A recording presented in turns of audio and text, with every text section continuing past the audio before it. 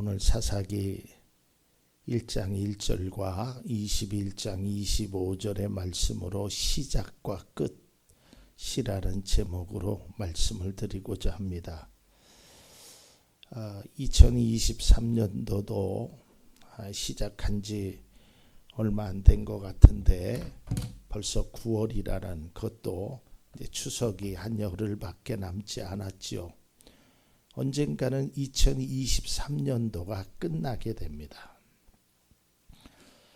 또 1년이라는 계획이 끝날 수도 있고요. 또 어떤 일을 우리가 중간에 시작해서 또 어느 시점에 끝나는 일도 있습니다. 반면에 시작은 했는데 끝을 맺지 못하는 경우도 있지요. 중도에 포기하거나 또한 그 일을 마무리 못하는 일도 있고요. 또 어떤 경우에는 시작조차도 하지 못합니다. 분명히 하기는 해야 되는데 그런 마음은 있는데 시작이 엄두가 나지 못해서 그 일을 행하는 것도 있고요. 또 어떤 일들 중에 여러분들이 계획하고 어떤 일을 시작하고 아직 끝은 나지 않았지만 끝을 향하여 달려가는 일들도 분명히 있을 겁니다. 그러니까 우리가 인생을 설계하면서 어떤 것에 대한 시작도 매우 중요합니다. 그러나 그 시작의 결과가 어떻게 맺어지느냐, 끝이 굉장히 중요하다라는 것을 우리는 알게 됩니다. 그래서 제가 말씀을 준비하면서 이 시작과 끝에 대한 명언들이 많이 있더라고요. 그 중에서 제가 한 3가지만을 골라봤습니다. 함께 자막을 보시면 시작하는 재주는 위대하지만 마무리 짓는 재주는 더욱 위대하다. 아름다운 시작보다 아름다운 끝을 선택하라. 어떻게 시작했는가가 아니라 어떻게 끝내는가가 중요하다. 그러니까 이걸 보면 이 외에도 많은 글들이 있지만 대체적으로 시작도 중요하지만 끝의 중요성을 강조하고 있습니다. 사자성어에 용두삼이라는 말을 아시죠? 용의 머리와 뱀의 꼬리를 가졌다는 뜻입니다. 시작은 거창하지만 끝이 보잘것없고 초라함을 일컫는 것입니다. 그래서 우리의 삶이 적어도 용두삼이처럼은 되지 말자. 자막 좀 지워주세요. 그러니까 시작도 끝도 우리가 할 수 있는 그것에 대해서 최선을 좀 다하자라는 의미입니다.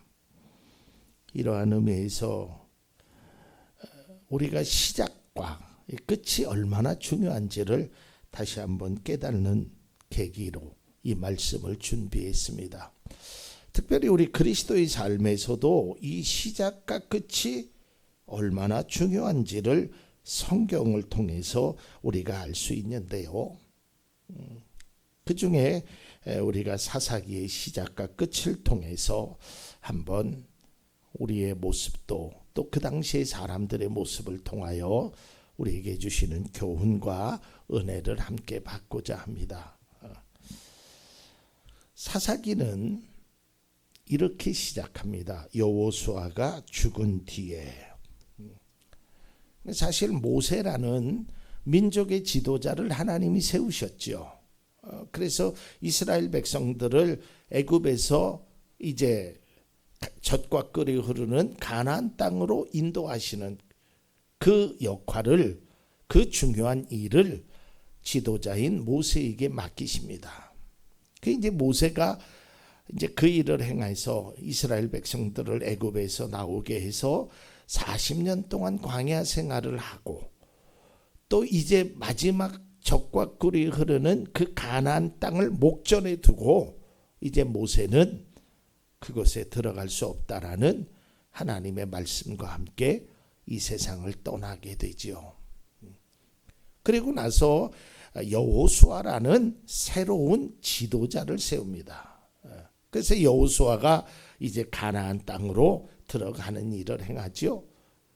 우리가 몇 달 전에도 보았지만 요단강을 건너게 되고 또 잘 알고 있는 여리고성을 점령하는 그 일을 여호수아가 합니다. 그런데 이제 그 여호수아도 이제 생명을 다하게 되죠. 근데 어찌된 일인지 여호수아가 죽은 뒤에는 어느 누구도 지도자로 세움을 받지 못합니다. 왜 하나님이 지도자를 세우지 않으셨을까? 왜 여호수아는 이스라엘 민족들의 그 어려운 형편과 그 상황을 알면서도 왜 지도자를 세우지 못했을까? 그 이유는 정확히 알 수 없습니다. 자, 이렇게 여호수아가 죽은 후에 사사기의 말씀이 시작됩니다. 여호수아가 죽은 뒤에. 자, 그런데 이제 이스라엘 자손들의 입장에서 바라보면 자신들을 이끌어줄 지도자가 없게 됩니다. 예전에는 지도자의 말대로 행하면 됐어요. 모세의 말대로 홍해 바다가 갈라지고 여기를 건너갈 수 있다라고, 또 여호수아의 말대로 여리고성을 점령할 수 있다라고, 너희는 하루에 한 바퀴씩만 돌기만 하라라는 그런 명령만을 받았던 이스라엘 백성들. 그런데 이제는 명령해 줄 사람이 없는 거예요.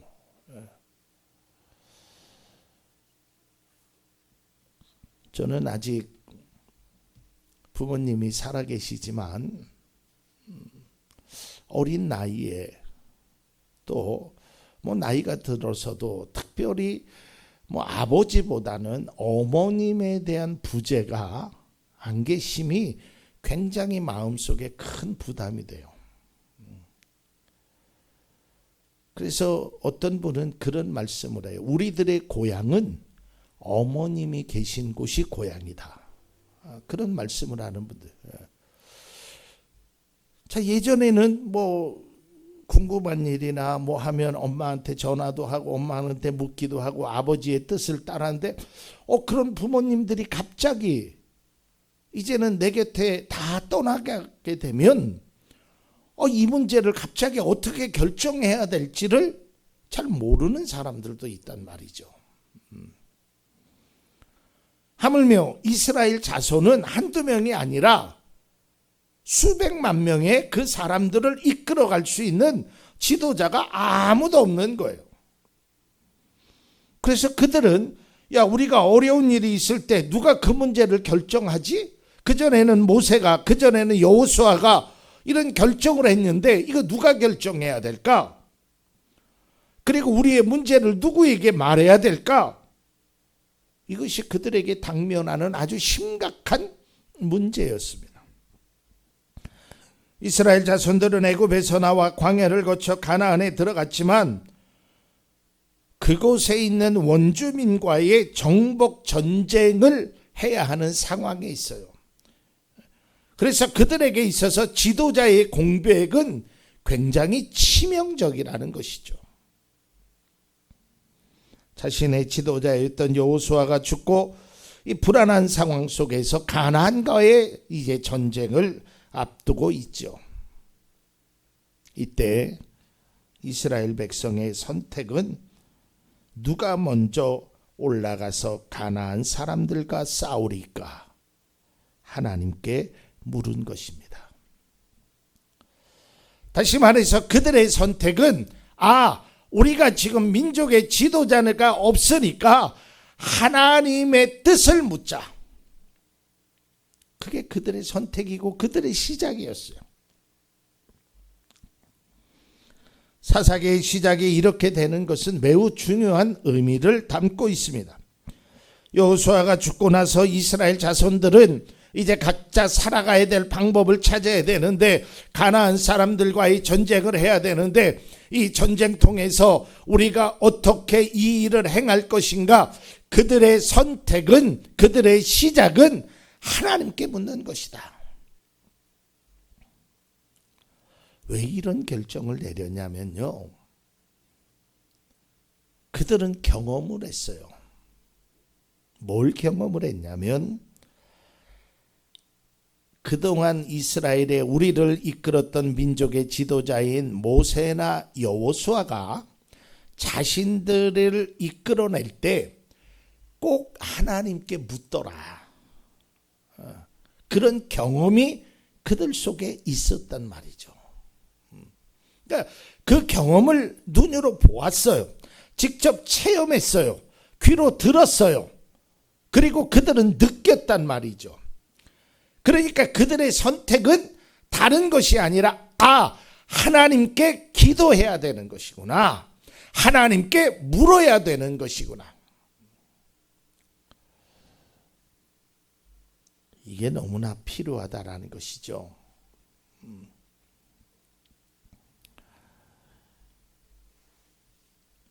제가 언젠가 책을 읽다가 그런 말이 있어요. 부모는 자녀의 거울이다.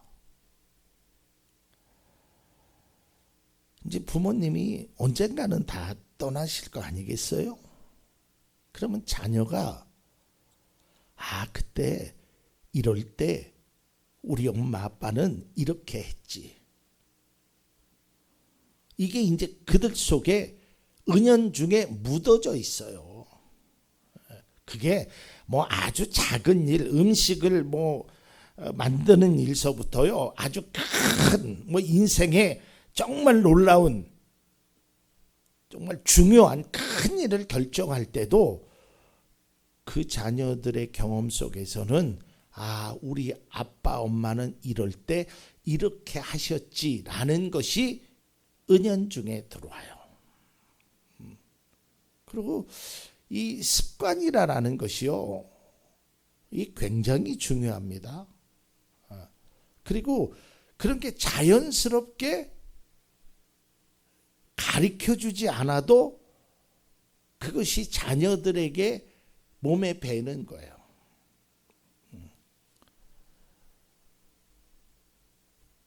신앙적으로도 마찬가지죠. 우리가 자녀들에게 어떠한 모습을 보여줄 것인가. 그래서 우리가 이 세상을 떠난 이후에 자녀들은 나의 어떠한 것을 본받을 것인가.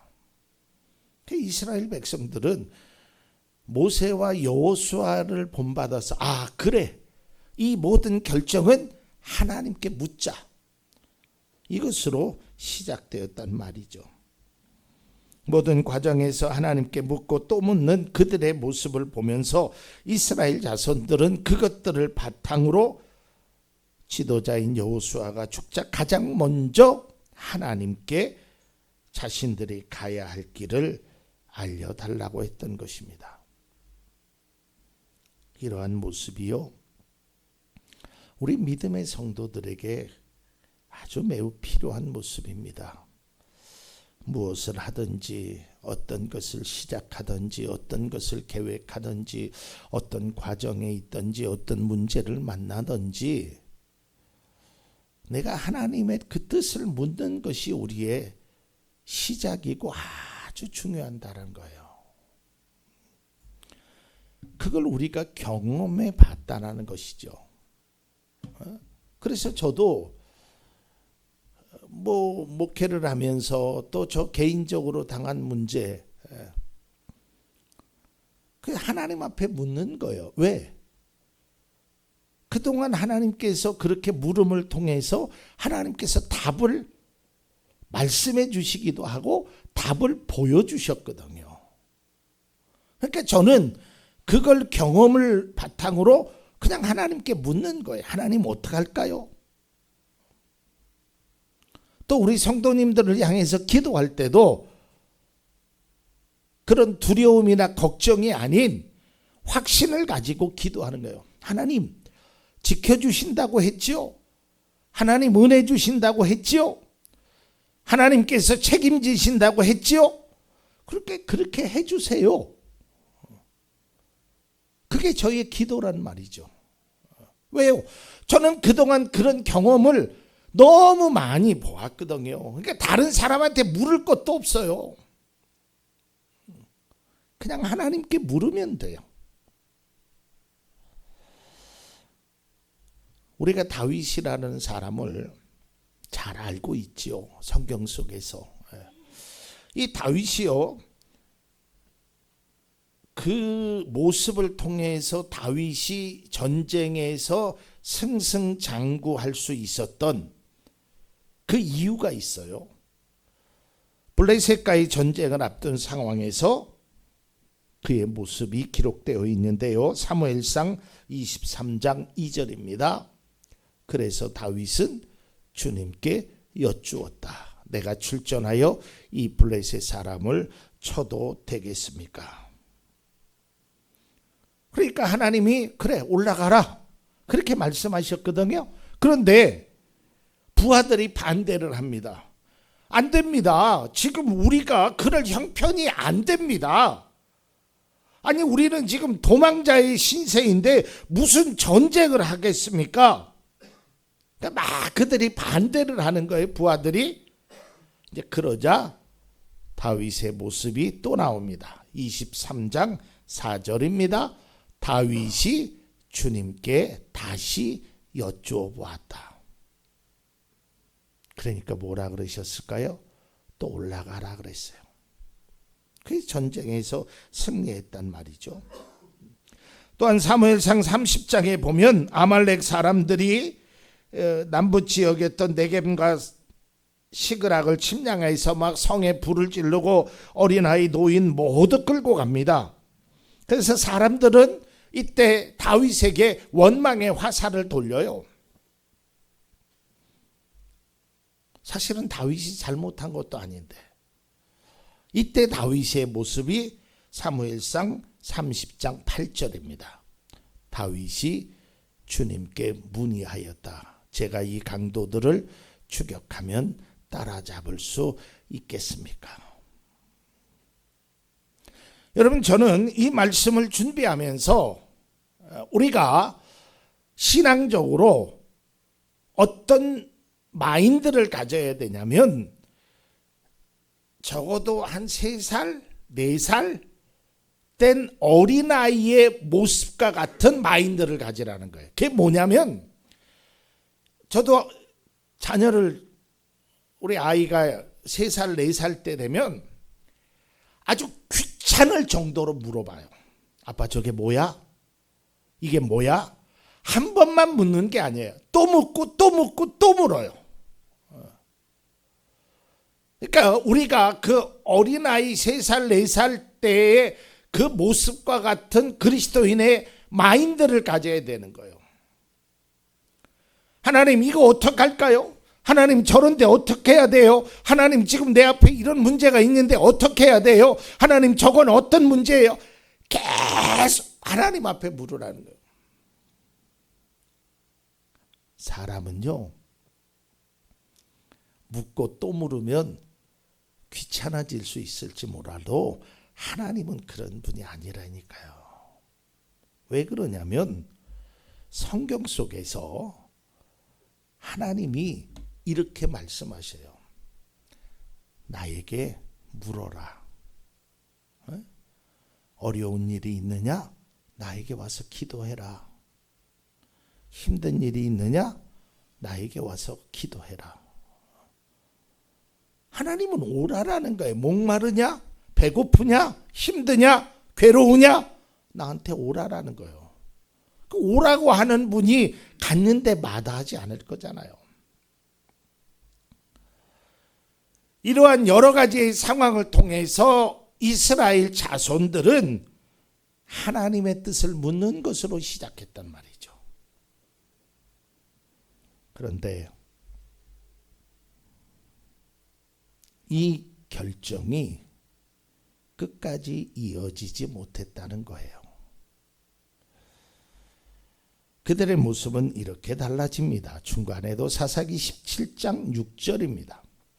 그때에는 이스라엘의 왕이 없었으므로 사람들은 저마다 자기의 뜻에 맞는 대로 하였다. 시작은 하나님께 묻는 것으로 시작해요. 그런데 어느 정도 시간이 지나고 나면 자기 생각대로 행했다는 것이죠. 여기에서 자기의 뜻이라는 이 히브리어는 자기 의견 또 욕심이라는 뜻을 담고져 있습니다. 여러분, 우리가 알다시피 사사기의 시작은 하나님께 뜻을 묻는 것으로 시작하잖아요. 1장 1절을 다시 한번 봅니다. 여호수아가 죽은 뒤에 이스라엘 자손이 주님께 여쭈었다. 우리 가운데 어느 지파가 먼저 올라가서 가나안 사람과 싸워야 합니까? 라고 묻는 것으로. 그러나 마지막은 이렇게 끝나죠. 그때에는 이스라엘의 왕이 없었으므로 사람들은 저마다 자기의 뜻에 맞는 대로 하였다. 그래요. 하나님 어떻게 할까요? 하고 시작했는데 자기의 뜻, 자기의 생각으로 끝을 맺어요. 처음과 끝을 단정적으로 말씀드리자면 사사시대의 이스라엘 자손들은 하나님의 뜻을 묻는 것과 자기의 생각을 행하는, 생각대로 행하는 모습이 번갈아 가면서 계속 나옵니다. 17장에 앞서 보았듯이 자기의 뜻대로 행하죠. 그러다가 그들이 어려움을 당하자 20장에 이런 모습이 나옵니다. 20장 18절입니다.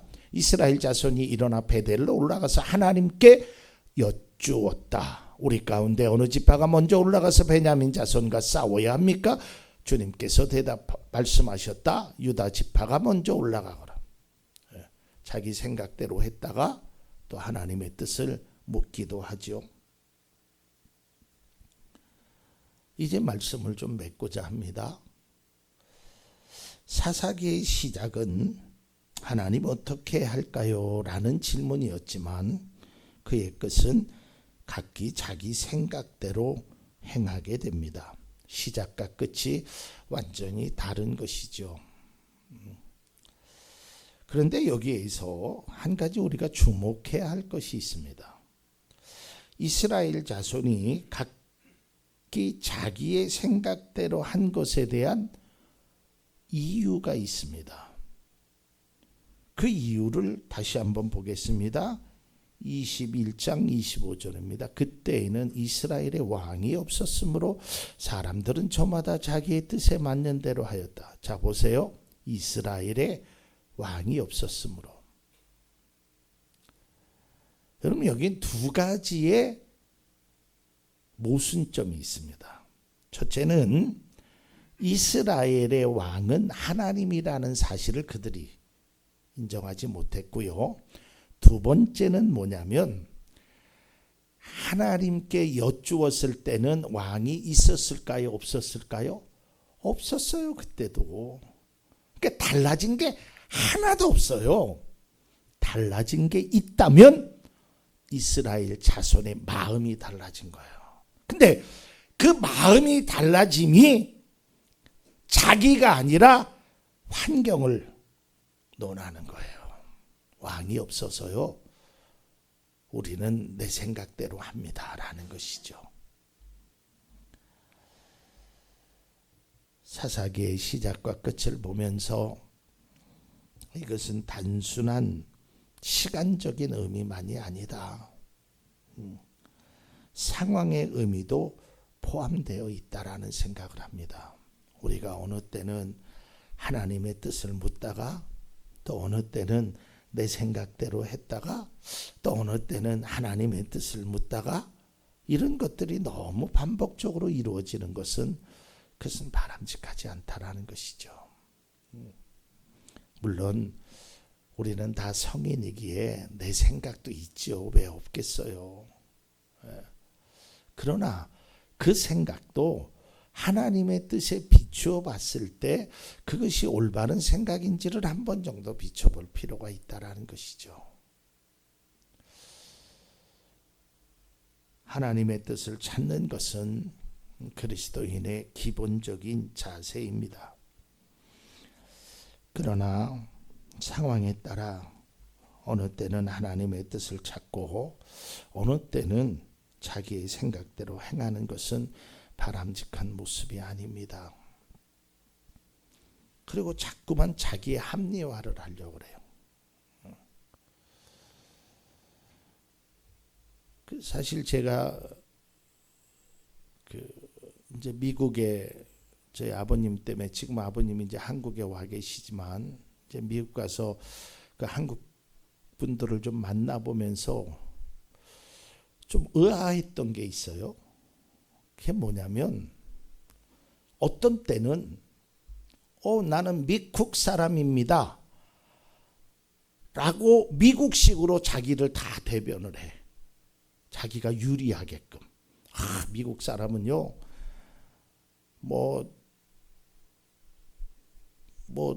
그러니까 다른 사람, 우리나라 사람이 제일 많이 하는 말이 뭔지 아세요? 이게 표현이 맞는지 모르는데 우리나라 사람이 가장 흔하고 가장 많이 하는 말이 너 몇 살이니라는 거예요. 심지어는요 막 싸우다가도 야 너 몇 살이야? 너 몇 살인데 반말을 해? 그러니까 상대방에 대한 인적 상황 같은 걸 굉장히 궁금해요. 근데 미국 사람들은 절대로 그런 거 궁금해하지 않아요. 그래 미국에 사니까 미국 사람이라고 치자. 근데 자기가 불리하잖아요. 그러면 또 한국 사람이래. 제가 그런 모습을 많이 봤어요. 미국 사람들, 미국에 있는 한국 사람들을 통해서. 물론 이게 같은 예는 아니지만 우리가 너무 상황에 따라서 나의 중심이 잡히지 않는다는 것이죠. 우리는 시작도 끝도 과정도 하나님의 뜻을 묻는 것이 그것이 그리스도인의 바른 자세라는 겁니다. 그래서 우리는 믿음의 성도는 항상 어떠한 상황에서도 하나님의 뜻을 찾고 구해야 합니다. 하나님 어떻게 할까요? 하나님의 뜻을 구하며 찾아가는 것이 우리의 모습이 되어야 합니다. 하나님 어떻게 할까요? 라는 질문은 하나님에 대한 신뢰예요. 몰라서 묻는 것도 있지만 내가 아는 것이 그분의 아는 것만 못하기 때문에도 묻을 수 있어요. 그래서 우리는 하나님 앞에 기도하고 신뢰하는 그 마음이 있어야 기도하는 거예요. 하나님이 내 문제를 이렇게 해결해 주실 것이다. 그래서 우리는 자기의 생각보다 하나님께 묻는 것이 우선되어야 합니다. 그리고 우리가 어떠한 상황에도 하나님의 뜻을 끝까지 묻고 믿음으로 나아가는 것이 그것이 신앙이고 믿음이라는 것을 꼭 간직할 수 있기를 바랍니다.